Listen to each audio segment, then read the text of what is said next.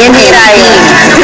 Okay, nako. Sa Sunday ay Father's Day na. For sure, panahon na naman yon ng mga sorpresa para sa inyo mula sa inyong mga anak. Kwento niyo naman po sa amin yung most memorable Father's Day para sa inyo. Memorable dahil na-touch kayo dun sa ginawa ng inyong mga anak. Eh sa akin kasi ito si Juliana, mahilig ito maggawa ng mga little things pa na kasi sulat na sulat yan, drawing ng drawing. Ganun, parang basta magagaling sa kanya, merong napaka-ano yan, merong artistic yan eh, merong kahit kasong papilang, lalagyan niya ng kahit ng mga dekorasyon, tsaka meron siya may showcase na may konting humor, na medyo may kurot sa puso, ganun, yun ang ano niya eh, yun ang forte niya. Sample po, Daddy. Eh, kunyari, basta sabihin lang niya, pag tipong have a nice day lang, o ganyan, basta yung ang nakaka-touch doon, yung drawing niya. The effort na no? Pero ang tao ko, sticks pa rin na.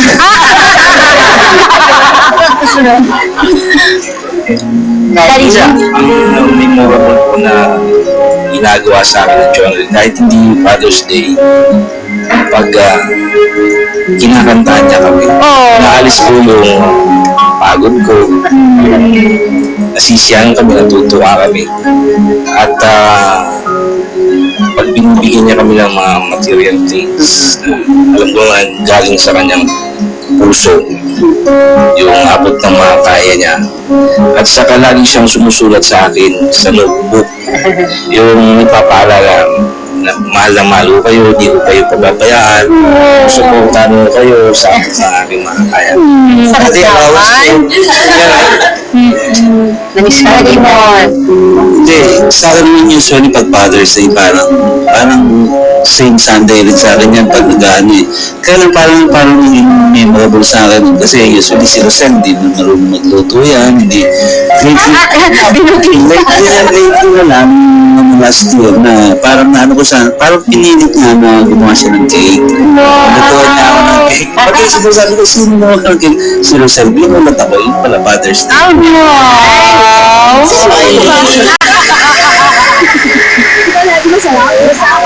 Sana bibili na lang daw po ngayon.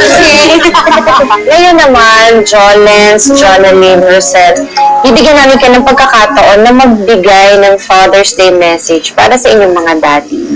Umpisa natin kay Roselle. Sige. Daddy, in Father's Day, I'd like to greet you happy Father's Day. I'd like to say thank you for everything that you've done for me and for my brothers, for our family. I just want you to know that you always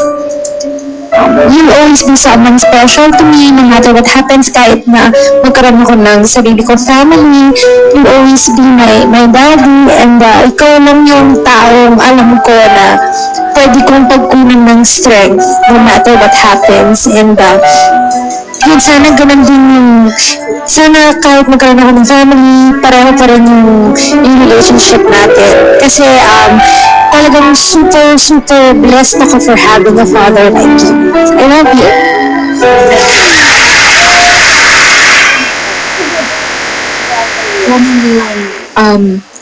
Daddy Joe, thank you sa lahat ng mga pagsisikap mo sa aming magkakapatid.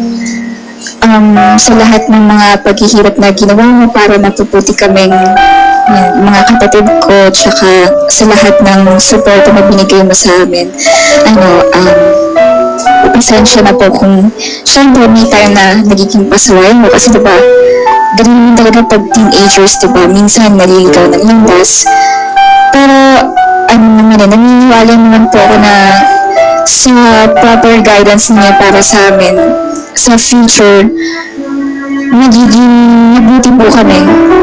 Ayun, pag nagkaroon din kami ng sarili namin buhay, hindi ko po makakalimutan yung mga time na yung nagka-away-away tayo kasi dahil nga sa pasaway ko, tapos binibigyan mo ako ng magandang advice.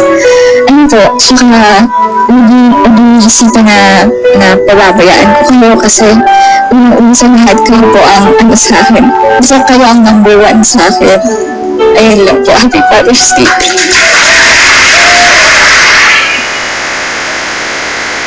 Bakit ba akong pahuli?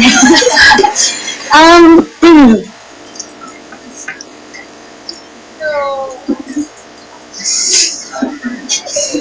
Yun ang message niya sa akin. Yes.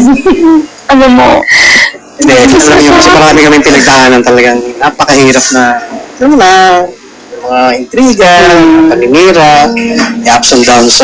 Alam niyo naman ang show business.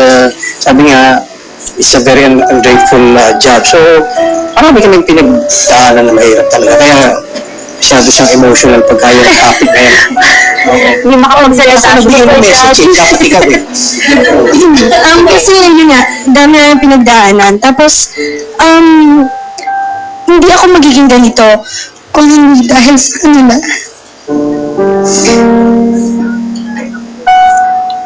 Siguro, ang lagi ko na hinihiling na sa susunod kong buhay sila pa rin yung parents ko. Dahil ang dami nilang naituro sa akin na alam ko gagawin ko habang buhay. Lagi kong pinapasalamatan yung Diyos sa sililing pamilya ko. Hindi kasi ako vocal masyado na mahal ko sila, ganun. Ano, yung bata ko na tsaka isakit ako, dahil may sakit, syempre, inahalagaan ka din. So, ganyan. Pero, gusto kong malaman yung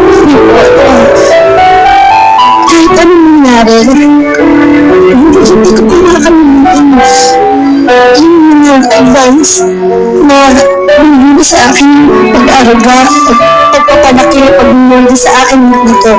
At alam ko na meron akong ituturo sa mga magiging mini Jolina. So, yun po, and para sa akin, kahit na may sarili na po akong pamilya, gusto ko malaman yun, kapag ko ipapabayaan. Yun lang.